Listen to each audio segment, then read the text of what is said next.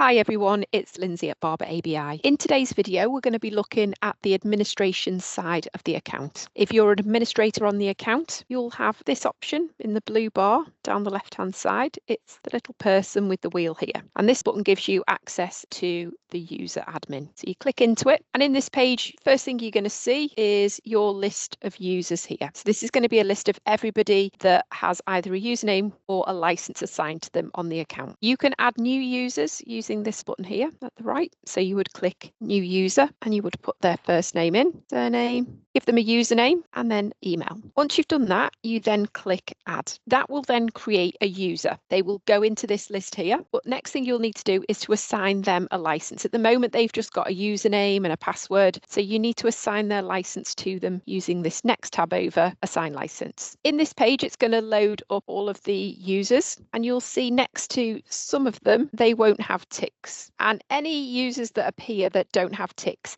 it means they've got a username but no license to access the data. So in here, you just either go through the list and add licenses or can search in here. So I'm just going to search here and any licenses matching will load up below. So you can see below it's loaded up the two users that have matched. And you can see this is the one that I've just set up here, Lynsey Test. So there are no licenses assigned to that account. And in the columns, you'll see your web license, your mobile license, if you want them to be an admin, if you want them to have calendar, export. So whatever options there are there, you can assign to them. So if I want to just assign a web, a mobile, and the export option. Once you've added the license, top right, click save, and that will then save those changes and the license has been assigned. It will then send an email with the username on and a link for that new user to set their password, and then they'll be able to log straight into their account and get set up. So let's go back to the user page. In this page where you see all of your license holders here, you will also be able to see in this column as well which licenses they have assigned to them. And next to each of the license holders, there'll be three little dots here. At the right, if you click that, you'll have the options to edit, delete, or resend a welcome email. If I just search for the one that I've just set up there, I'm just going to put the name in. So this new one that I've just set up here, it's got a web, mobile and export assigned. If I click on the three dots next to this one, if I click resend welcome email, it will resend that user an email with their username on and a link for them to go in and reset their password. You can edit. So if you needed to change the username, the name, the email address, you can make any changes. Click update and it would save the changes. And there is also the option here in the middle to delete the user. If this is a license you no longer want, you can click delete user and you have two options. You can transfer data to one of the other license holders. So you'll see all your license holders here. You would select their name, click transfer and delete, and it would delete that license and transfer any saved searches, notes, favorites over to the license you're transferring to. Or you can select the option to delete without transferring any data. And if I now click delete now, it will remove that test account there. So if I just search again,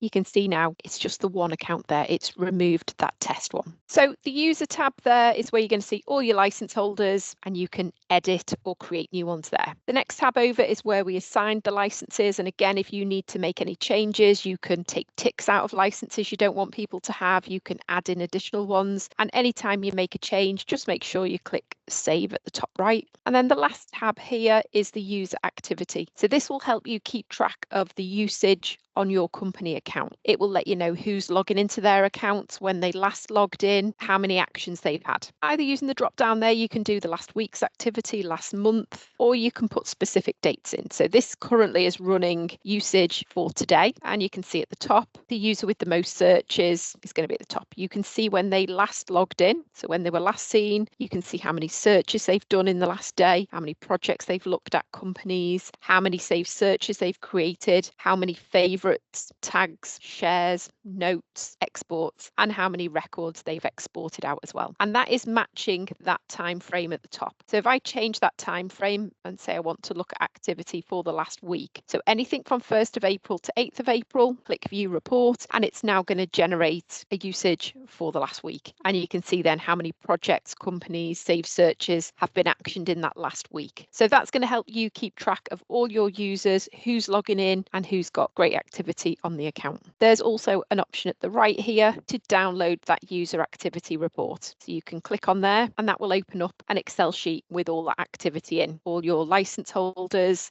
when they last logged in, so you can keep track in an Excel sheet as well. Thank you for watching this video.